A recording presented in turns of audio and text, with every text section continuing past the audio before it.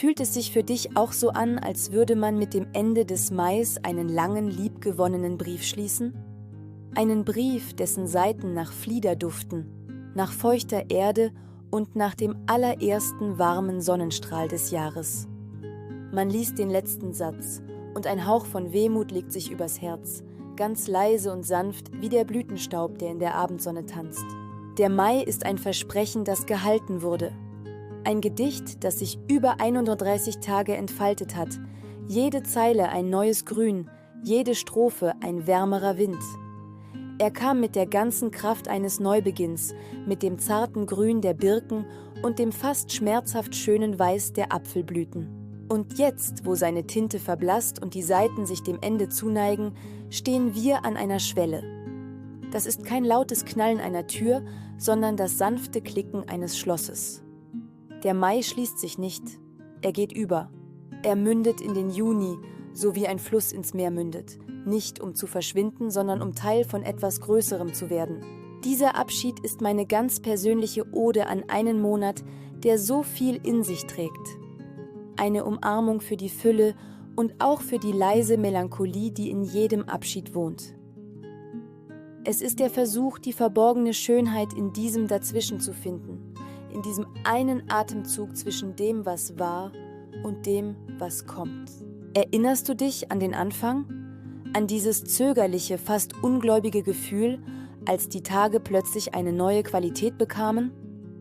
Das Licht war nicht mehr nur hell, es war warm. Die Luft war erfüllt vom Summen der ersten Bienen und dem Duft feuchter Erde. Der Mai war ein Maler, der die Welt aus ihrem winterlichen Grau erlöst hat. Er hat ganz zart angefangen mit dem fast durchsichtigen Grün der ersten Blätter. Dann wurde er mutiger, hat das leuchtende Gelb des Löwenzahns auf die Wiesen getupft, das intensive Pink der Pfingstrosen in die Gärten. Meine Hände erinnern sich an die Erde im Garten, die wieder weich und nachgiebig wurde. Meine Ohren erinnern sich an den Gesang der Amsel, die jeden Morgen vom höchsten Punkt des Daches den neuen Tag begrüßt hat. Ich erinnere mich an Spaziergänge, bei denen jeder Schritt ein Entdecken war. Das kleine, unscheinbare Gänseblümchen, das sich am Wegesrand der Sonne entgegenstreckte. Der Geruch von Regen auf warmem Asphalt, ein Parfum, das nur der späte Frühling mischen kann. Der Mai ist aber auch ein Monat der Stille. Er trägt die Echos der Geschichte in sich, Tage des Gedenkens, Tage, die uns daran erinnern, dass Blüte und Wachstum niemals selbstverständlich sind. Diese Tage legen einen Schleier der Nachdenklichkeit über die pure Freude der Natur und erden uns. Sie laden uns ein, nicht nur die äußere Schönheit zu sehen, sondern auch die inneren Landschaften zu pflegen. Es ist diese Dualität, die den Mai so tiefgründig macht, die Feier des Lebens und das Bewusstsein seiner Zerbrechlichkeit. Das Fest des Aufbruchs und zugleich die stille Erinnerung an die Zyklen von Werden und Vergehen. Und so habe ich in diesem Mai versucht, jeden Moment wie einen kleinen Schatz zu behandeln. Das Gefühl der ersten Sonnenstrahlen auf der Haut nach einem langen Winter. Das Beobachten einer Hummel, wie sie schwerfällig und doch zielsicher in einer Kleeblüte verschwindet. Das langsame Verblassen des Himmels an einem Abend, ein Farbverlauf von zartem Orange zu tiefem Indigo. Diese Momente sind die Perlen, die ich auf die Kette meiner Erinnerung fädle. Sie sind die Essenz dieses Monats. Der Wendepunkt, die Schönheit im Übergang. Und jetzt stehen wir hier, am Ende dieses Weges. Der Flieder hat seinen intensivsten Duft verströmt. Seine schweren, lila Dolden neigen sich sanft zur Erde. Ein paar Blütenblätter des Apfelbaums haben sich schon auf die Reise mit dem Wind begeben. Ein Moment, der sich leicht wie ein Verlust anfühlen kann. Ein Ende, ein Verblühen. Aber was, wenn wir genauer hinsehen? Wenn wir unseren Blick schärfen für die subtile Choreografie der Natur? Neben der welkenden Fliederblüte sehe ich die winzigen, fest verschlossenen Knospen der ersten Rosen. Sie warten. Das ist nicht das Ende eines Aktes, das ist ein fließender Szenenwechsel. Die Natur kennt keine harten Schnitte. Der Dichter Friedrich von Logau schrieb einst: Der Mai sei ein Kuss, den der Himmel der Erde gibt. Der Mai mit seiner jugendlichen Schönheit ist die Braut, voller Versprechen, Hoffnung und aufgeregter Energie. Und der Juni, er ist der Beginn der Mutterschaft. Die Energie wird ruhiger, geerdeter. Es geht nicht mehr nur um das Versprechen der Blüte, sondern um die tatsächliche Frucht.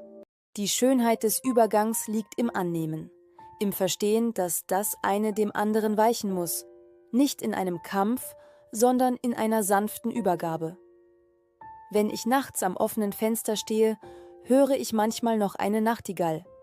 Ornithologen sagen, dass gegen Ende Mai oft nur noch die unverpaarten Männchen singen. Ihr Gesang in der stillen Nacht ist von Melancholie erfüllt. Ein letztes, wunderschönes Aufbäumen, bevor die Stille des Sommers einkehrt. Ist das nicht die perfekte Metapher für diesen Moment? Eine Schönheit, die gerade durch ihre Vergänglichkeit so tief berührt. Sich vom Mai zu verabschieden, bedeutet also nicht, einer Tür den Rücken zuzukehren. Es bedeutet, auf einer Brücke zu stehen. Unter uns fließt die Zeit, und wenn wir nach vorne blicken, sehen wir ein neues Ufer. Ein Ufer, das schon in den Farben des Frühsommers leuchtet. Die wahre Kunst des Lebens ist es, auf dieser Brücke mal innezuhalten, den Blick zurück mit Dankbarkeit zu füllen und den Blick nach vorne mit sanfter Neugier. Nicht das Vergangene festzuhalten, sondern einfach nur zu sein.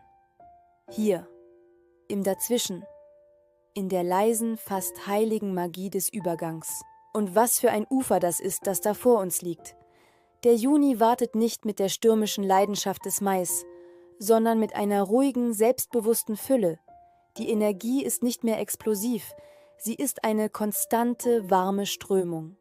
Das zarte Maigrün hat sich in ein tiefes, sattes Frühsommergrün verwandelt, das vor Kraft zu strotzen scheint. Die Blätter der Bäume werfen jetzt einen dichten Schatten, unter dem man an warmen Tagen Zuflucht findet. Der Juni ist ein Fest für die Sinne. Er schmeckt nach den ersten Erdbeeren, direkt vom Feld, süß und sonnenwarm. Er riecht nach dem schweren, betörenden Duft der Rosen und dem heuartigen Aroma frisch gemähter Wiesen.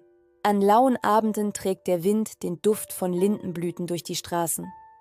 Der Juni klingt nach dem tiefen Summen der Hummeln, nach dem Zirpen der Grillen, das langsam die Vogelstimmen ablöst. Und er fühlt sich an wie lange, helle Abende, an denen die Zeit sich zu dehnen scheint, an denen das Licht magisch ist und man bis spät draußen sitzen kann, eingehüllt in eine Decke und gute Gespräche. Es ist der Monat der vollen Lebenskraft. Überall wimmelt es von Nachwuchs. In den Nestern werden die Jungvögel flügge. Im hohen Gras verstecken sich Rehkitze. Der Juni ist die Erfüllung des Versprechens, das der Mai gegeben hat. Alles darf nun wachsen, reifen und sich entfalten. Meine Vorfreude auf den Juni ist ein leises Willkommenheißen. Ich freue mich darauf, barfuß durchs Gras zu laufen und die Taunasse-Kühle am Morgen zu spüren. Ich freue mich auf das Sammeln von Johanniskraut zur Sommersonnenwende, wenn die Sonne ihren höchsten Stand erreicht. Und ich freue mich auf diesen Moment der Sommersonnenwende selbst. Der längste Tag, ein Triumph des Lichts, der uns aber auch erinnert, dass von nun an die Tage wieder kürzer werden. Selbst hier liegt schon der Keim des nächsten Übergangs. Das ist die Weisheit des Jahreskreises. Nichts stagniert, alles fließt. Den Brief an den Mai zu schließen, ist also kein endgültiger Abschied. Es ist eher, als würde man ihn sorgfältig falten und in eine Schatulle legen, zu den anderen Briefen der vergangenen Jahre. Man schließt den Deckel und weiß, die Erinnerungen darin sind sicher, ihr Duft, ihr Gefühl bleibt bei uns. Und dann, mit freien Händen und offenem Herzen, wendet man sich dem neuen, unbeschriebenen Blatt zu, das der Juni uns reicht. Der Abschied vom Mai lehrt uns eine der wichtigsten Lektionen des Lebens. Loslassen ist keine Geste des Verlustes, sondern eine Geste des Vertrauens. Vertrauen in den Kreislauf, ins nächste Kapitel. Vertrauen darin, dass auf jede Blüte eine Frucht folgt und auf jeden Abend ein neuer Morgen. Die Schönheit liegt nicht nur in der Blüte selbst, sondern auch im mutigen Akt des Verblühens, der Platz für Neues schafft. Und so verabschiede ich mich vom Mai, mit einem Herzen voller Dankbarkeit für seine Geschenke, seine Farben, Düfte und Lektionen. Ich danke ihm für die Hoffnung und für die Erinnerungen. Und ich heiße den Juni willkommen, nicht als Ersatz, sondern als wundervolle Fortsetzung.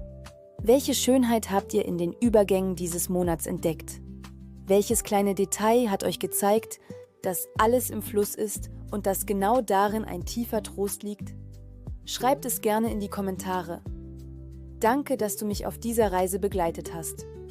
Mögen wir lernen, die Schönheit in jedem Übergang zu sehen und jeden Monat mit offenem Herzen zu empfangen und zu verabschieden. Bis zum nächsten Mal. Deine Garten Lea.